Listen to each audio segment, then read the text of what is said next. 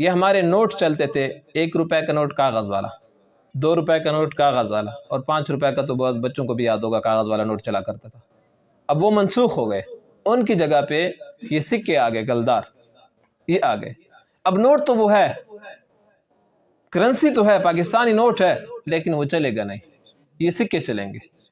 وہ دکاندار کے پاس لے جائے، نہیں یہ نوٹ نہیں ہے، قائد اعظم کی تصویر نہیں ہے، اس کے اوپر وہ منیجر کے دستخط نہیں ہے، وہ ساری زبان جد بیت اللہ اس نہیں بچ، وہ کہے گا نہیں سب چیزیں ہیں، لیکن حکومت کی طرف سے اعلان ہو چکا ہے کہ یہ پیسے اب نہیں چلیں گے۔